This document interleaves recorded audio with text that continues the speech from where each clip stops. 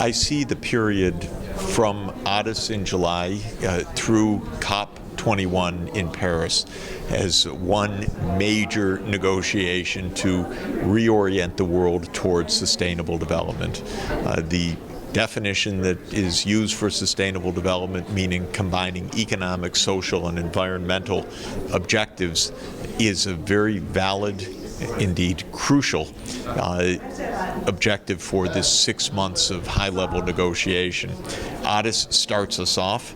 It's going to put the financial framework in place to be able to achieve sustainable development goals and to be able to achieve the control of human-induced climate change. So it's extraordinarily important. We have to leave Addis saying, aha, there's now a framework so that when the SDGs are adopted in September, we know that the means of implementation are getting put in place. And when we adopt a climate agreement in Paris at COP21 in December 2015, that there is a framework for financing that agreement. Therefore, the stakes are very high in Addis, but we're going to work very hard for this period until July, and I'm confident we're going to get there.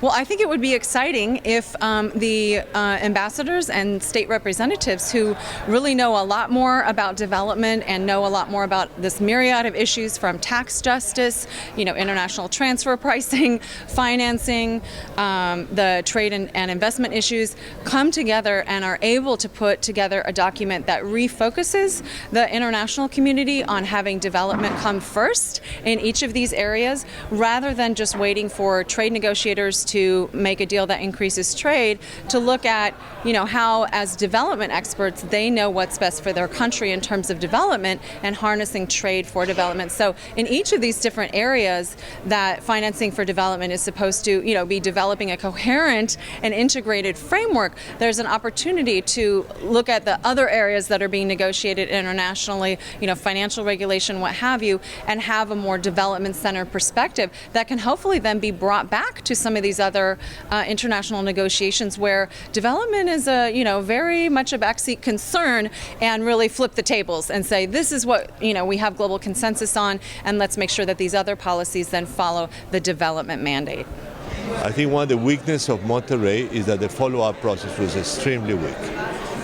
So I hope there will be agreement on a new, stronger process of follow-up, which of course has to be articulated with the post-2015 agenda. The fact that both are adopted next year, which will be the beginning, let's say, of the new development agenda of the United Nations, is very important. There has to be new roles for example, for regional institutions, how they fit into the global institutional arrangement. I think there can be a lot of deliverables. And also, again, in how to promote development banks, how to promote inclusive finance, and these global monetary issues that I mentioned.